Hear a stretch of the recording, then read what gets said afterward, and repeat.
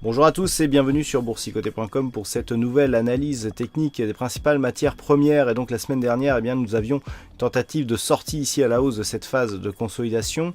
On avait cassé ici les 1259 pour commencer à impulser un nouveau mouvement haussier. Et puis finalement, les cours sont revenus sur cette zone et se stabilisent aujourd'hui autour des 1250 $ l'once. Donc sur l'or ici, on est vraiment dans une phase de stabilisation. L'échec de franchissement ici de ces niveaux des 1259 pourrait remettre en cause la dynamique haussière, mais on voit qu'on n'a toujours pas cassé des points bas significatifs ici précédant justement cette cassure. Donc on est toujours dans le statu quo, phase de neutralisation. Il faudrait vraiment valider ici une rupture haussière des 1259, puis une cassure de ce précédent point haut significatif ici à 1271 $ l'once pour relancer la dynamique. A l'inverse, une rupture ici des 1240 $ l'once validerait un retournement de tendance sur la dynamique court terme. Et puis sur le WTI, c'est la hausse qui continue. Alors nous avions ici un signal baissier suite à la rupture des 51,50 $ le baril. Et puis la semaine dernière, on est revenu tester, puis on a franchi cet ancien support, donc qui redevient support après avoir été résistance.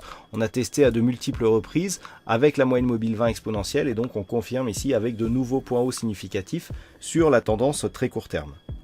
Donc le WTI ici continue sur sa dynamique, on s'est affranchi de la zone des 51,50 $ le baril.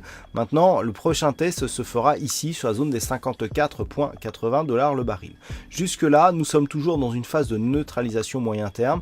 Après une tentative de sortie, on réintègre ici cette zone d'évolution qui était une zone de range et qui évoluait donc depuis le début de l'année. Si les cours continue à évoluer sous la zone des 54,80, on sera toujours dans une dynamique plutôt neutre d'un point de vue moyen terme. Par contre, sur une rupture ici de cette zone des 54,80, on pourrait assister à une accélération du mouvement haussier qui réorienterait la tendance moyen terme à la hausse.